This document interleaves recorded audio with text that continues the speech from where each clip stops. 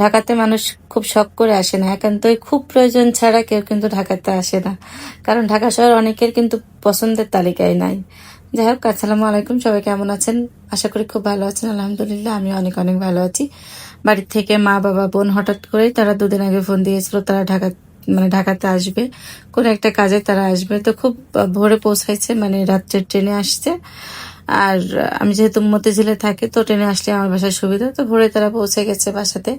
তো সকাল সকাল আমি কি রান্না করব, তো খিচুড়ি বসিয়ে দিয়েছি ঘুম থেকে উঠে, যে নাস্তাটা করুক, সারা রাত জেগে আসছে। আর খিচুড়িটা সব থেকে সহজ মনে হয় আমার কাছে। আর এতগুলো মানুষের রুটি পরোটা সকালবেলা একেবারে বানাতে ইচ্ছা করলো না। মা বললো যে খিচুড়ি বসিয়ে দাও, যেহেতু আসছে। আর আমার আব্বা একটু সকাল সকালে খেতে পছন্দ করে, সে আসছে, এসে একটু চা নাস্তা করছে, আহ, হালকা পাতলা খাবার খেয়ে সে রেস্ট করছে, তারা সবাই রেস্ট করছে।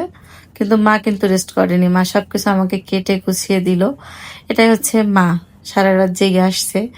তো যাই হোক, আমি কিছু সবজি দিলাম, দিয়ে খিচুড়িটা একটু বসিয়ে দিলাম।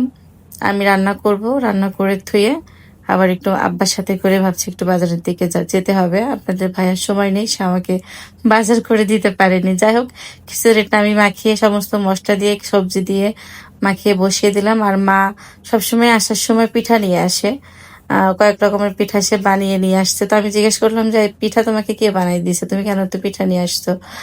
তো তার যেহেতু নাতনি আছে, সে খেতে পছন্দ করে। আর আমিও পিঠা খেতে একসময় খুবই পছন্দ করতাম, এখন যদিও অতটা খাই না।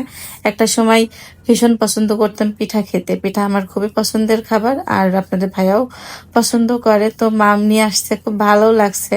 আর মায়ের হাতের খাবার তো খুব বেশি ভালো লাগে। আমার মা খুব সুন্দর পিঠা বানাতেন, এখনো বানান। আর আমিও পার্সোনালি কিন্তু ভালোই পিঠা বানাই, খারাপ না। তো ওদিকে রান্না চলছে, আর এদিকে আমি পিঠাগুলো নিয়ে খাচ্ছি, মা বোনের সাথে গল্প করছি। এদিকে কথায় কথায় অনেকটা সময় চলে গেছে, ভাতটাও ফুটে গেছে, একটু এসে নেড়ে দিলাম।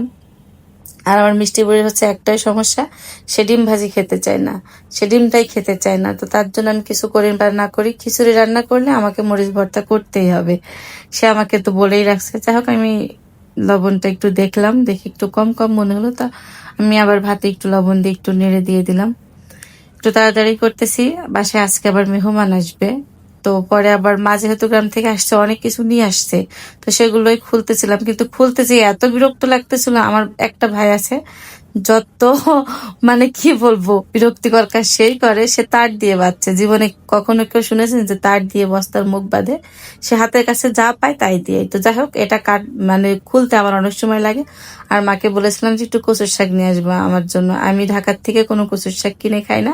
যখন কেউ আসে তাকে বলে দিই যে একটু কচুর শাক নিয়ে আসবা। তো সবজি নিয়ে আসছে গ্রাম থেকে, যখন আসে তো সব একটু একটু বলি যেটা নিয়ে আসবা ওটা নিয়ে আসবা। আর ডাব নিয়ে আসছে, তো ডাবগুলো ভাবে কেটে নিয়ে আসছে যতটুকু পারছে। আর যেহেতু অনেক রাত্রে আমাদের ওখান থেকে ট্রেনটা ছাড়ে, প্রায় 12:30টারও পরে রাত্রে ছাড়ে, তো অনেক সবজি টবজি নিয়ে আসছে, অনেক কিছু নিয়ে আসছে। ওগুলোই গুছিয়ে রাখতেছিলাম, যে এটাই হচ্ছে মা একটু একটু করে গুছিয়ে রাখে। তো সবাইকে মনে করিয়ে দিই, কে কোথা থেকে আমার ভিডিওটা দেখছেন অবশ্যই কমেন্টস করবেন, লাইক শেয়ার করে দিবেন। আবুকে ভালোবেসে সবার জন্য অনেক অনেক দোয়া ও ভালোবাসা রইলো।